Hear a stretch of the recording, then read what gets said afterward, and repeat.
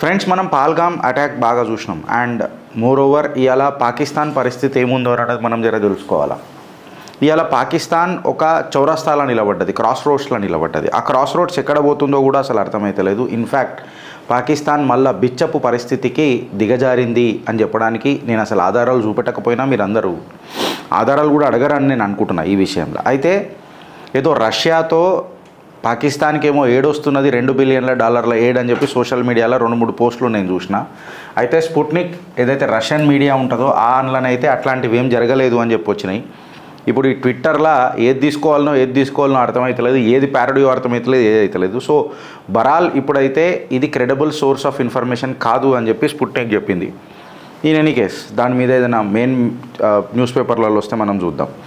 అయితే పాకిస్తాన్ ఏదైతే క్రాస్ రోడ్స్లో నిలబడ్డదో ఇలా ఏంది అని అంటే, పాకిస్తాన్ని ఎవడన్నా డిఫైన్ చేస్తే ఫ్రెండ్స్ ఎట్లా డిఫైన్ చేస్తున్నారంటే, పాకిస్తాన్ని స్కాలర్స్ అందరూ అంటే మేధావులు, విశ్లేషకారులు ఏ రకంగా డిఫైన్ చేస్తున్నారంటే ఒక ఐడియాలజికల్ స్టేట్ అని చెప్తున్నారు. ఐడియాలజికల్ స్టేట్ ఎందుకు అంటున్నారు అని అంటే, పాకిస్తాన్ ఎప్పుడైతే ఆవిర్భావం అయిందో అప్పుడు ఇస్లాంని వాళ్ళు రీఇంటర్ప్రిటేషన్ చేసిండ్రు. అంటే అలా ఫాదర్ ఆఫ్ పాకిస్తాన్ మొహమ్మద్ అలీ జిన్నా ఏదైతున్నాడో వాళ్ళు ఇస్లాంని ఎంబ్రేస్ చేసిండ్రు, ఇంటర్ప్రిటేషన్ చేసిండ్రు. వీళ్ళు కొత్తగా తీసుకొని వచ్చారు, మేమే ఠేకాదారులము ముస్లిం దేశాలకు అండ్ టు దట్ మ్యాటర్ ఇస్లాంకి అని చెప్పి ఒకటి చేసిండ్రు. ఇలా పాకిస్తాన్ని మేధావులందరూ ఒక గ్యారిసన్ స్టేట్ అంటారు, అంటే మిలిటరీ డామినేటెడ్ స్టేట్ లాగా మాట్లాడతారు. అది ఆబ్వియస్గా మనందరికీ తెలిసిందే. ఇంకో కొంతమంది పాకిస్తాన్ని టెర్రర్ స్టేట్ అని చెప్పి మాట్లాడతారు, బికాస్ అక్కడ రాడికల్ ఇస్లామిక్ మూవ్మెంట్స్ ప్రపంచ దేశాల నుంచి ఉసామా బిన్ లాడెన్ ఎడ దొరికిండు అంటే ఆడనే దొరికిండు. సో ఇలా పాకిస్తాన్కి ఒక డెఫినేషన్ ఏమున్నది అని చెప్పి మనం మాట్లాడితే ఒక మిలిటెంట్ స్టేట్, టెర్రరిస్ట్ల హబ్ అని చెప్పి ఇలా క్లారిటీగా మన అందరికీ తెలిసిందే.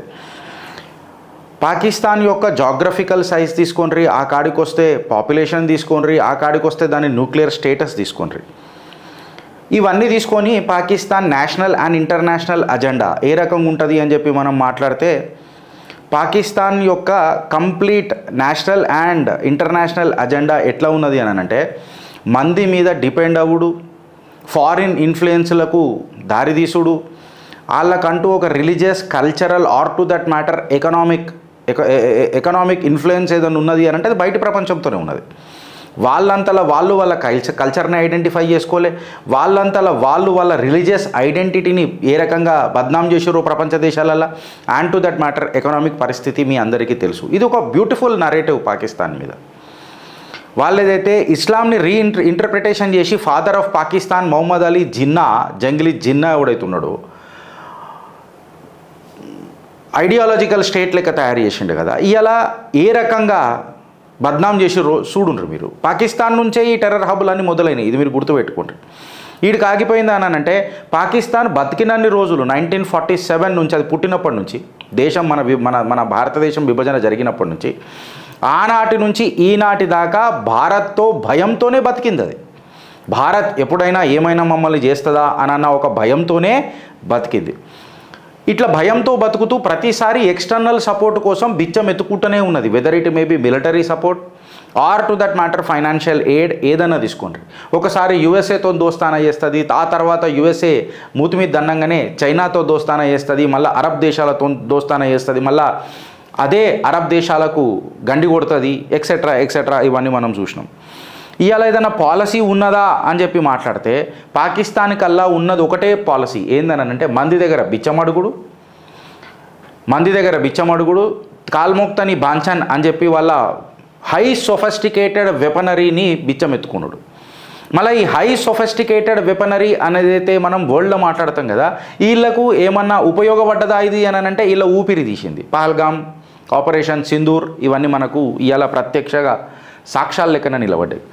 ఇలా మిలిటరీ ఎన్నడూ ట్యాక్స్ కట్టదు, ఇన్ఫ్యాక్ట్ బిజినెస్లు చేస్తుంది. చిత్రగుప్తులలో మనం చిట్టా ఇప్పుకున్నాం. పాకిస్తాన్ మిలిటరీ ఏదైతుందో వాళ్ళ లైఫ్ స్టైల్ ఆమ్ నాగరిక్ కంటే చాలా బెహతర్ ఉన్నది, జబర్దస్త్ ఉన్నది అని చెప్తారు రెస్ట్ ఆఫ్ ది సొసైటీ కంటే. మిలిటరీ ఆఫీసర్స్ ఎప్పుడు కూడా ఈ ముజాహిద్దీన్లతోని చేతులు కలిపి, వెనకటికి ఆఫ్ఘనిస్తాన్లో కూడా జిహాద్ చేశారు, అదే మన కాశ్మీర్లో కూడా తీసుకురానికే ప్రయత్నం చేశారు. జుల్ఫికర్ అలీ భుట్టో హెక్మత్యార్ అని చెప్పి ఒక తీవ్రవాద సంస్థతోని, రబ్బానీ అనే ఒక తీవ్రవాదితోని చేతులు కలిపి కాబూల్లా ఇనీషియల్గా దీనికి ఇత్తనం నాటిండాలి 1970లో. ఇక మనకు ఏమైందో దాని తర్వాత తాలిబాన్ గవర్నమెంట్ని కూడా బేనజీర్ భుట్టో వచ్చినప్పుడు అఫీషియల్గా రికగ్నైజ్ చేసింది 1996 or whatever it may be.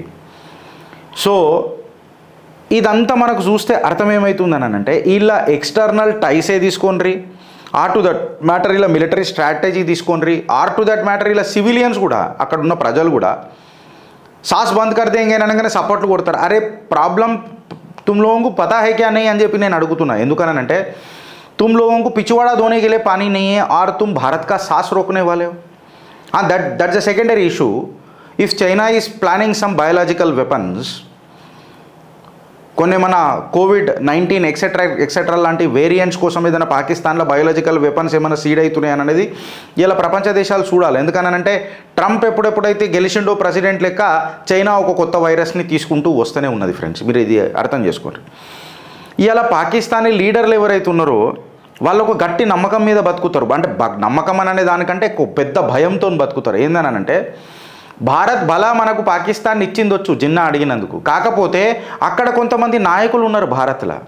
ఈ నాయకులు మాత్రం ఎప్పుడు అఖండ భారత్ నిర్మాణం కోసం కృషి చేస్తూనే ఉంటారు.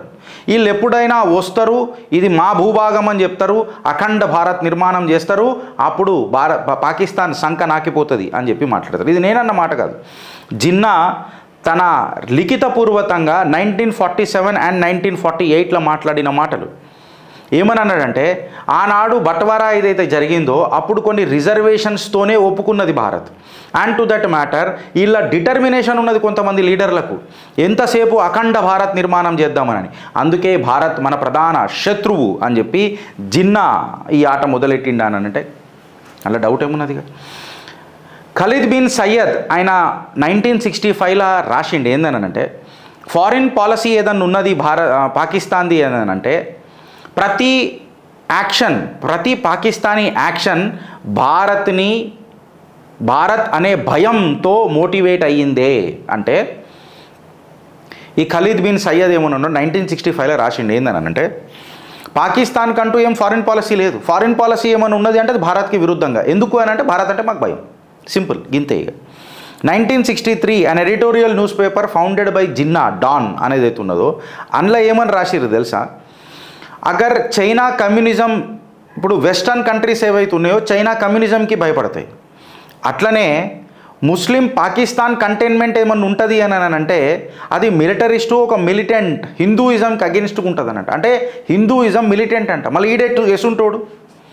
అగర్ హిందూయిజం ప్రపంచ దేశాన్ని వసుదేవ కుటుంబకం అని అనే Hinduism or to that matter సనాతన ధర్మం ఒకటి గుర్తుపెట్టుకో, you have embraced a religion.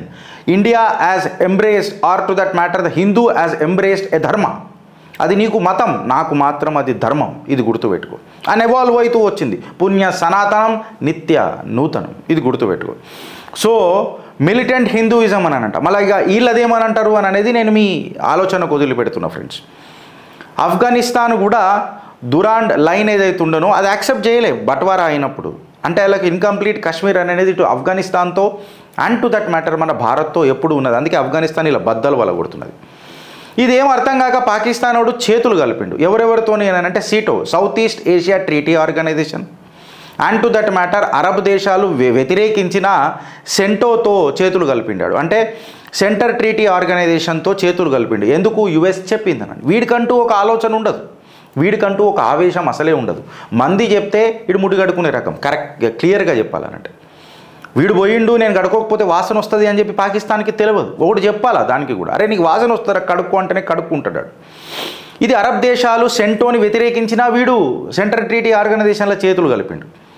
ఈయన ఎక్స్చేంజ్లో ఏమి ఇచ్చిండు అని అంటే అమెరికా వీడికి సోఫిస్టికేటెడ్ వెపన్లు, F-16లు, ఫైనాన్షియల్ ఎయిడ్లు. ఇన్ఫ్యాక్ట్ పాకిస్తానీ ఆర్మీ ఏదైతుందో బిలియన్స్ ఆఫ్ డాలర్స్ వాళ్ళు సంపాదించుకున్నారు. ఆల్రెడీ మనం అలా బిజినెస్లు ఎట్లున్నాయో చూసినాం. వీళ్ళు బిజినెస్లు చేస్తారు పాకిస్తాన్ ఆర్మీ. ఇవాళ వాళ్ళు F-16 ఎక్సెట్రా మళ్ళీ టెర్రరిజంని కంట్రోల్ చేయడానికే చేశారు. కాకపోతే ఇవన్నీ వాళ్ళు ముజాహిద్దీన్కి సపోర్ట్గా నిలబడతారు. ఇప్పుడు మొన్న ఫిదాయిన్లు అని అంటారు కదా, వీళ్ళు 72 హూర్ ముబారక్ అని చెప్పి మన వాళ్ళు స్ట్రైక్ చేస్తే ఇవాళ Pakistani army and to that matter ఆ టెర్రరిస్ట్ ఇద్దరు కలిసి అంత్యక్రియలు చేశారు. ద లాస్ట్ రిచువల్స్ ఎవరెవరైతే పీండు 72 ఊర్లకు పోయినరో వాళ్ళందరూ కలిసి ఇవాళ ఒక దగ్గర కనబడ్డారు. ఇక మీరు అర్థం చేసుకోండి. 1950ల పాకిస్తాన్ ఏం చేసిందంటే చైనాని ఒక కొత్త దోస్తు చేసుకున్నది అమెరికా డంప్ చేసిన తర్వాత. 1963ల పాకిస్తాన్ ఇంకా చైనా ఇద్దరికి చాలా మోస్ట్ ఫేవర్డ్ నేషన్ లెక్క బిరుదులు ఇచ్చుకున్నారు. ఇలా ఎయిర్ స్పేస్ ఓపెన్ చేసుకున్నారు. చైనీస్ అయితే సంకలు గుద్దుకున్నారు అయ్యా. మళ్ళీ దాని తర్వాత చైనా ఎప్పుడైతే ఇండియాని అటాక్ చేసిందో 1962ల అప్పుడు ఏదైతే గరం దోస్తీ మాది చైనాది, చైనా హింద్ బాయ్ బాయ్, హింద్ చీన్ బాయ్ బాయ్ అని చెప్పిన మన పూలువాలా చాచాకు అప్పుడు రియలైజ్ అయింది, అమ్మా నాకు ఒక్క శత్రువు కాదు ఇద్దరు ఉన్నారు కదా అని. అప్పటిదాకా గాఢల నిద్రపోతున్న ఆ పూలువాలా చాచా డిప్లొమసీ డాక్ట్రిన్ ఏమైంది ఒకసారి మీరు అర్థం చేసుకోండి. మన సంఖ కింద ఇంత పెద్దగా నడుస్తుంటే, మన తలకాయ కింద ఇంత పెద్ద కుట్రలు జరుగుతుంటే 1962 చైనా వచ్చి మన మీద భీకర దాడి చేసేదాకా ఆర్మీ కూడా ఎందుకు? పాకిస్తాన్తో మనం భూమి ఇచ్చేసినాం, చైనాతో మనం దోస్త్ అంటున్నాం, ఇంకేం కావాలి మనకు అనన్న నెహ్రూ డాక్ట్రిన్, కాంగ్రెస్ డాక్ట్రిన్ ఏమైంది అని అంటున్నా. ఇవాళ చైనా వార్మ్ రిలేషన్స్ ఆఫ్ చాచా నెహ్రూని అబ్సల్యూట్గా డంప్ చేసినాయా లేవా ఫ్రెండ్స్ మీరు చెప్పండి. 1967ల చైనా కొన్ని వందల ట్యాంకులు పాకిస్తాన్కి ఇచ్చింది. దీన్ని ఎవరైనా డినై చేయగలుగుతారా? 80 మిగ్ ఫైటర్ జెట్లు ఇచ్చింది పాకిస్తాన్కి. దీన్ని ఎవరైనా డినై చేయగలుగుతారా? 1982ల చైనీస్ వెపన్ సిస్టమ్స్ ఏవైతే ఉన్నాయో అది పాకిస్తాన్లో 75%కి రీచ్ అయిపోయినాయి. పాకిస్తానీ ట్యాంకులు or to that matter 65% of the Pakistani air force China మీద నిర్భర అయిపోయింది. ఎప్పుడు? 1982. దీన్ని కౌంటర్ చేయనికే మనం కాంగ్రెస్ యూపీఏ సర్కార్లో అంటే మనకు తెలివి వచ్చింది కదా అప్పుడు 1982, 81లో మనం బచ్చగాలం పుట్టినం కూడా లేదు అప్పట్లో. సరే పుట్టినోళ్ళు కూడా ఉంటే 1 year 2 years కూడా ఉన్నాడు ఆ 1980s to 1990 దశలో. అప్పుడు 65% of the air force China and to that matter 70% of the complete military equipment China. ట్యాంకులు దారదత్తం చేసింది రయ్య మిగ్గులు. మనోళ్ళేమో మాకు డిఫెన్స్ బడ్జెట్కి పైసలు లేవు అని చెప్పి కూర్చొని ఉన్నారు. అప్పుడు ఇట్లా భీకర దాడి జరిగి ఉంటే మన పరిస్థితి ఏంది ఒకసారి జర ఆలోచించుడు. 2005ల చైనా ప్రొవైడెడ్ పాకిస్తాన్ ఒక ఇంటర్ఫేస్ స్టేట్ 5 నావల్ ఫ్రిగేట్స్ ఇచ్చింది. 5 నావల్ డిఫెన్స్ ఎక్విప్మెంట్ ఫ్రిగేట్స్ ఇచ్చింది.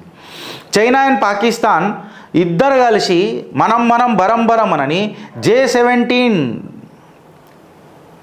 ఫైటర్ జెట్కి కూడా మనం అందరం ఒకటే జగలర్ వేన్లకే పనిచేస్తాం కదా కాశ్మీర్.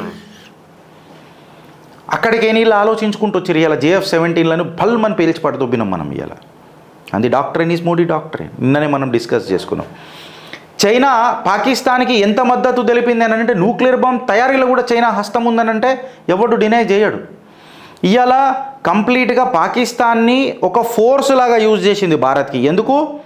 భారత్ ఎప్పుడు ఈస్ట్ సైడ్ ఆలోచించొద్దు, ఈ గ్లోబల్ ఈస్ట్లా మొత్తం డామినేషన్ చైనాది ఉండాలా అని చెప్పి ఎవరిని వాడింది?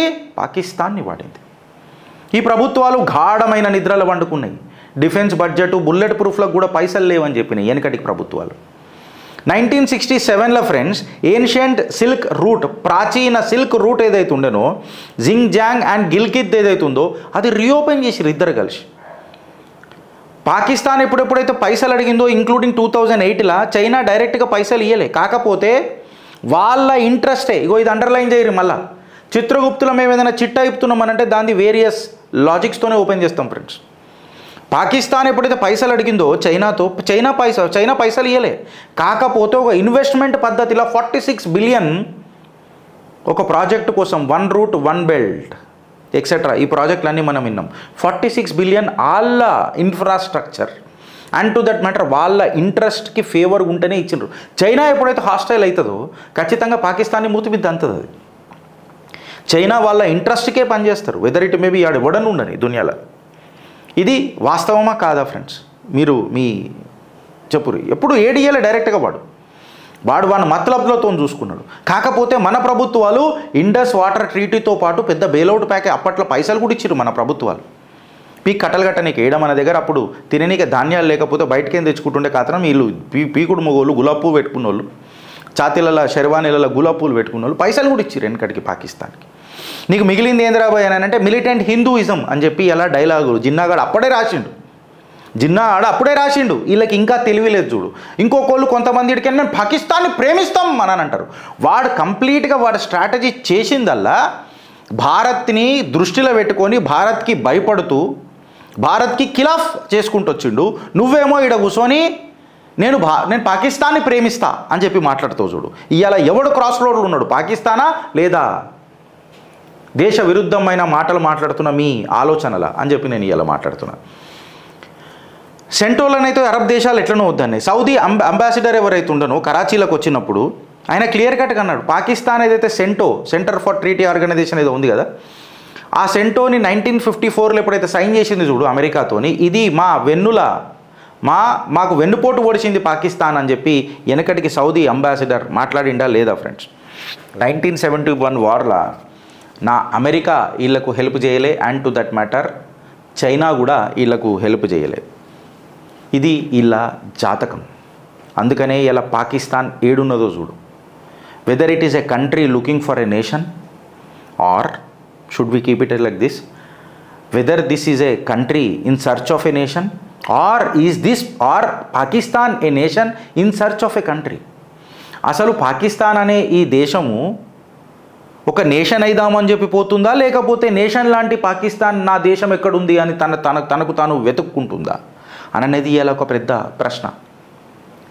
ఆలోచిస్తారా లేక అనుభవిస్తారా? భారత్ మాతాకి జై.